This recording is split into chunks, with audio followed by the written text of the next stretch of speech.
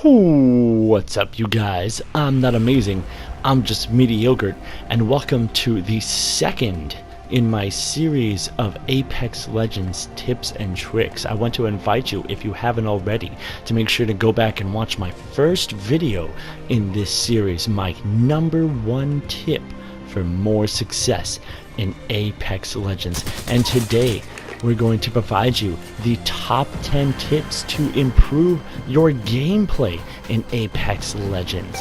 The solid foundation of basics that you're going to need to win more gunfights and take more champion squads. And I want to remind you right now to hit that subscribe button and hit that notification bell, because there are many more guides, tips and trick videos to come, and also just lots of fun gameplay videos and other features that I do on my channel that I invite you guys to go take a look at. But this video here is about the top 10 tips for improving your gameplay in Apex Legends.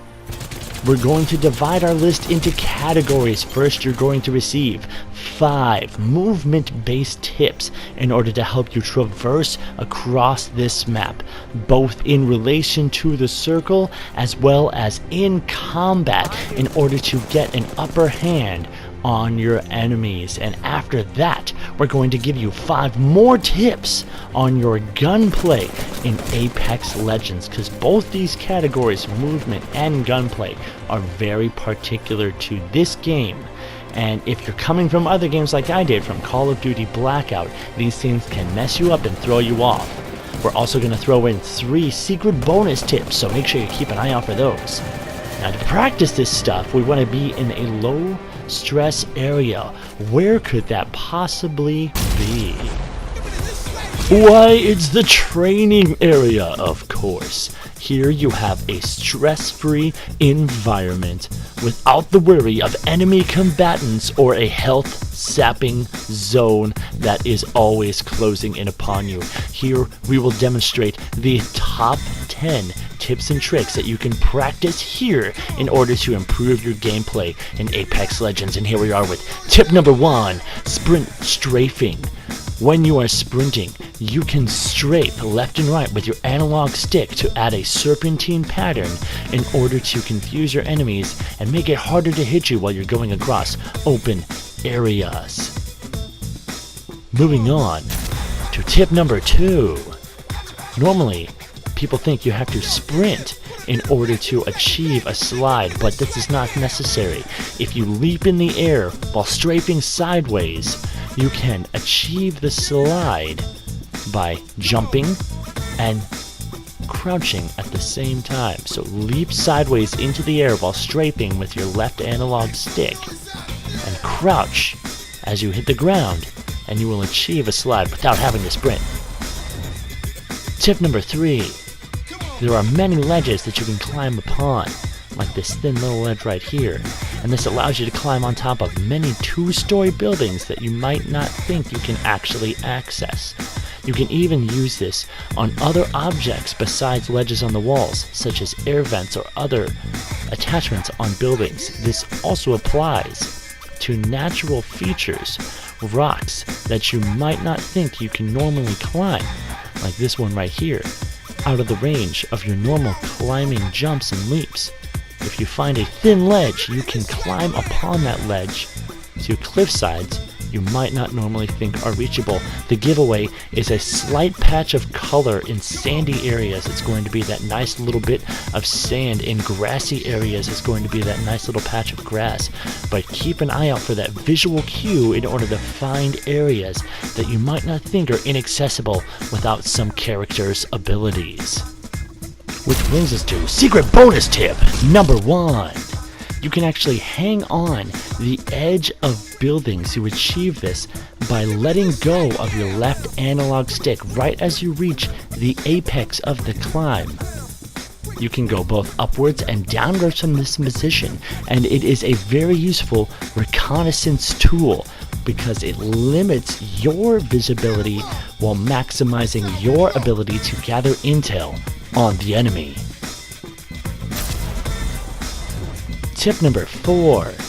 There is wall jumping In this game, to achieve the wall jumping, you need to slide, jump at the wall, hit that wall at the apex of your jump, and right at that moment when you achieve your stick, you must let go of your analog stick, jump and let go. You can use this wall jumping ability in order to achieve a lateral wall jump. Approach the wall at a 45-degree angle. Slide, jump. You must turn to face the wall a little bit in order to get your body to stick. And then press the jump button. Your momentum will carry you forward, away from the wall, at another 45-degree angle. This is very useful for gathering speed and confusing enemies in the midst of combat.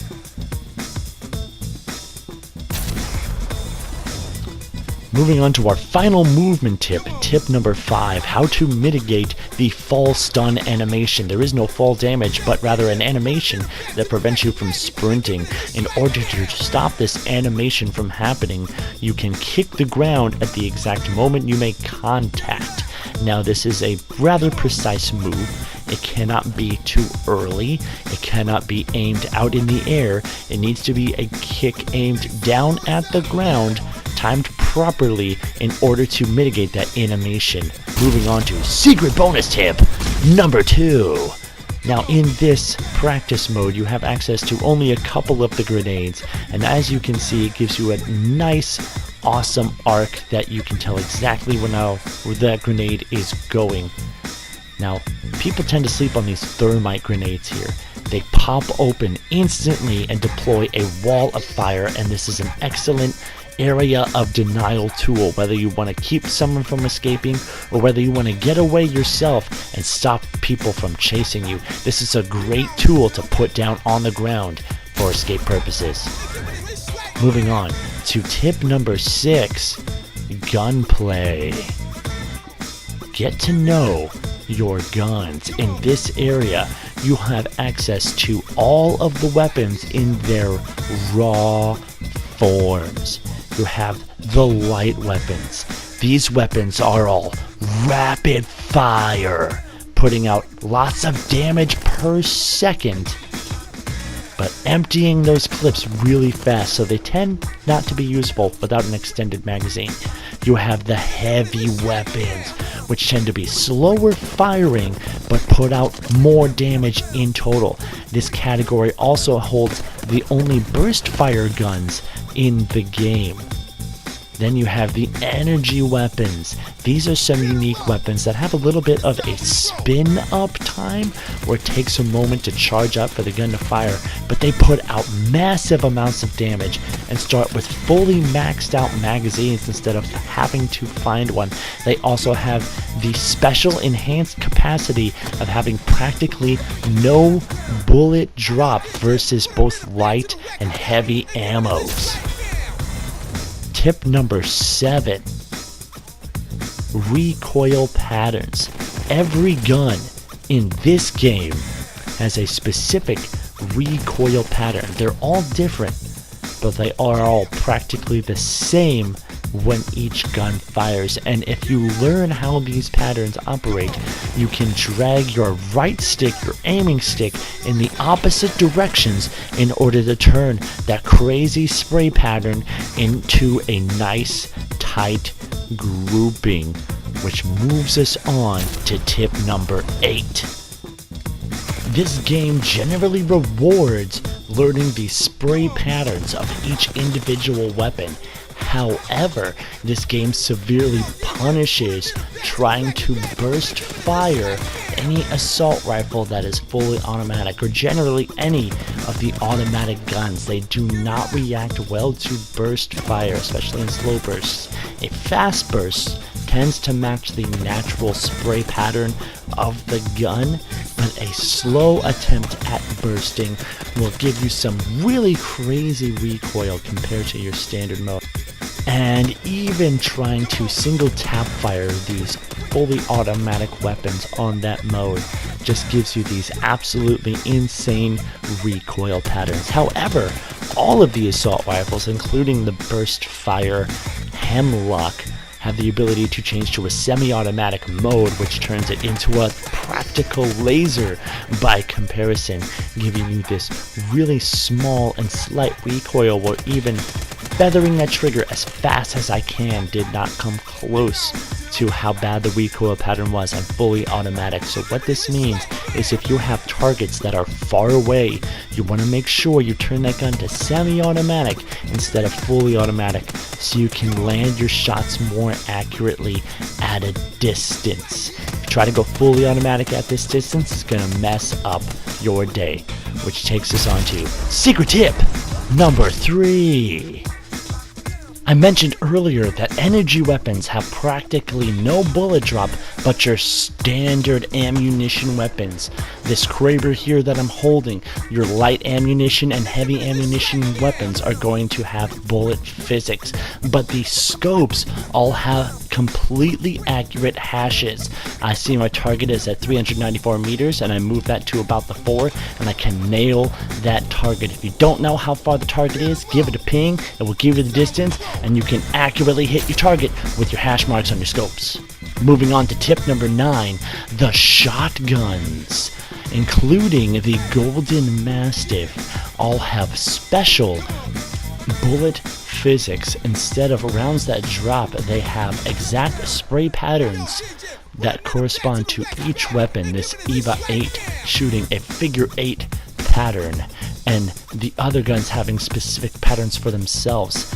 When the EVA 8 and the Peacekeeper aim down sights, their spread patterns do not change. It is the exact same spread pattern. These spread patterns also do not feature the bullet drop of the light or heavy weapons. They spread out in a straight line from their point of origin.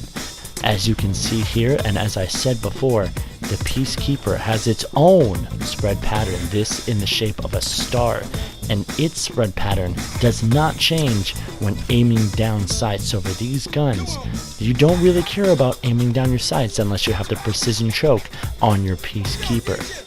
So for both the EVA 8 and the Peacekeeper, you want to stay in hip fire and just line up that little square with the torso of your enemy to maximize damage, and you can actually see which of your pellets landed on the enemy. Important information to tell how accurate you are. This is a different story, however, with the Mastiff shotgun. The golden weapon from the care packages that come from the sky does have a spread pattern that narrows when you aim down sights. So make sure you're aiming down sights with the Mastiff shotgun to maximize that golden gun drop. This also applies to the Mozambique. This spread pattern narrows when aiming down sights. So if this is the only gun you have early game, make sure you aim down sights to nail your target. And here we are moving on to our final tip, tip number 10, which is to practice shooting your guns. Every time you play this game, you come in, you warm up by snapping to your targets, practicing those headshots, practicing that muscle memory, because that kind of thing doesn't get better without practice. And like I was talking about before, the whole point of this training area is to practice any and all of these different skills in a low-stress environment where you're not being hassled by enemy combatants or an encroaching zone. So sit here, pick up the different guns, practice shooting at the different targets with these guns, practice their different firing modes, and start to move while you shoot. Slide, strafe, jump. Try to move your character around as you would if you were in the game, going from place to place or dodging gunfire, because believe me, if you want to get better at these things and you're not good at them, you want to practice outside of a stressful zone, because being under stress is going to make it a lot easier for you to make mistakes, and instead of relying on your muscle memory, you're going to over-aim and miss your target and have a bad game. So that about wraps up this list of top 10 tips to improve your Apex Legends gameplay. If you enjoy this content and learn something, let me know down below. If there was something you didn't know before this, please leave me a comment about it. Like and subscribe, because I have more videos coming. But for this moment now, I'm going to jump through my portal right here in front of me and head on out. This is Mediocre.